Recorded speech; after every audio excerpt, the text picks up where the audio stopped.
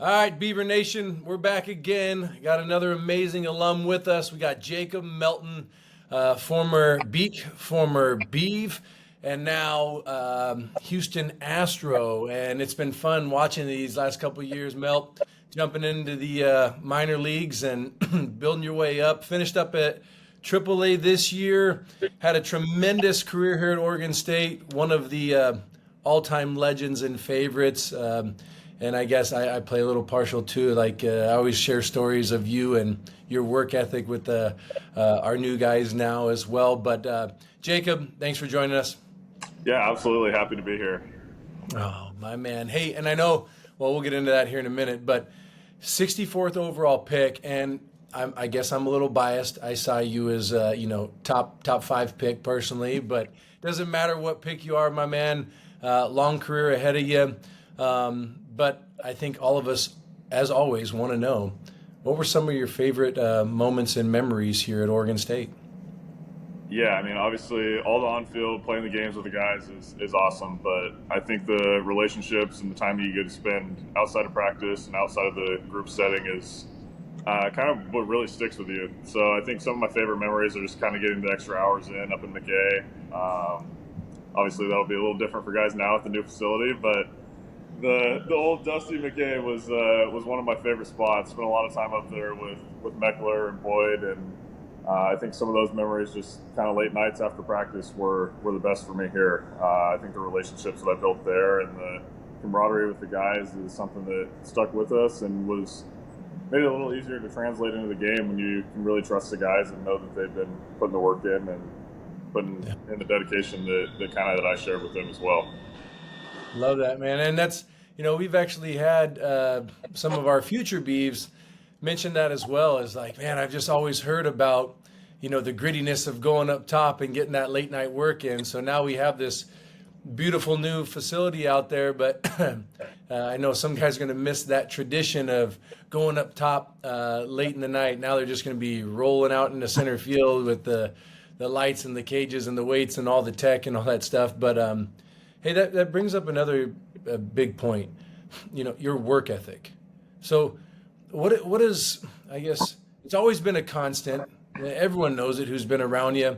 What did you do when you were, here at Oregon State or even high school, just continuing to develop?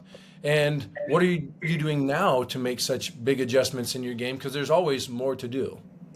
Yeah, so I think that started when I was really young.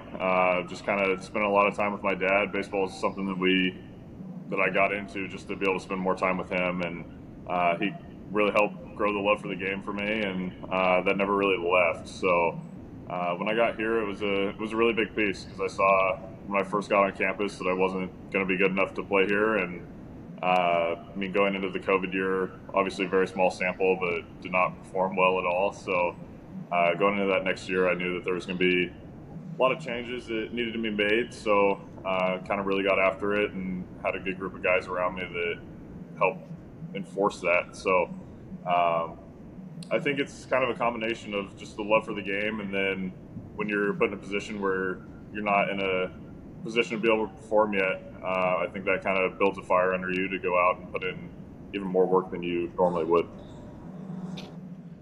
I mean, your second year here after the COVID year, it was limited because of injury that I know you continued to work on battling through, which was inspiring in itself. But you did hit over 400, and your last year here you hit 360 with 17 bombs. So and showed off a lot of speed and defense, and it's just that growth and that work that you put in every night. I don't think there's anything that can substitute it. And so knowing that you live, I guess that brings us to our next question. You live here locally now. You got a place over in Albany, and you're an avid outdoorsman. So what are you doing this offseason to make the next big jump and also enjoy some time in the beautiful Corvallis area?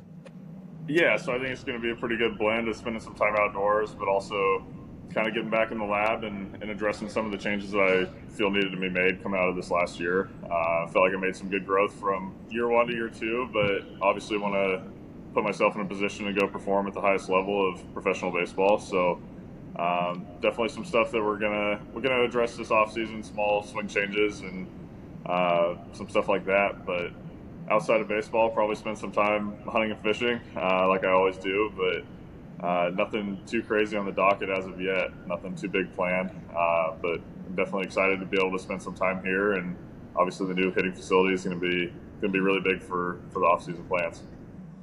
I love that. Well, I'm excited to see more and more of you. And also, if you need a partner out there on the river, I could use a little bit of tutelage on how to go about catching them.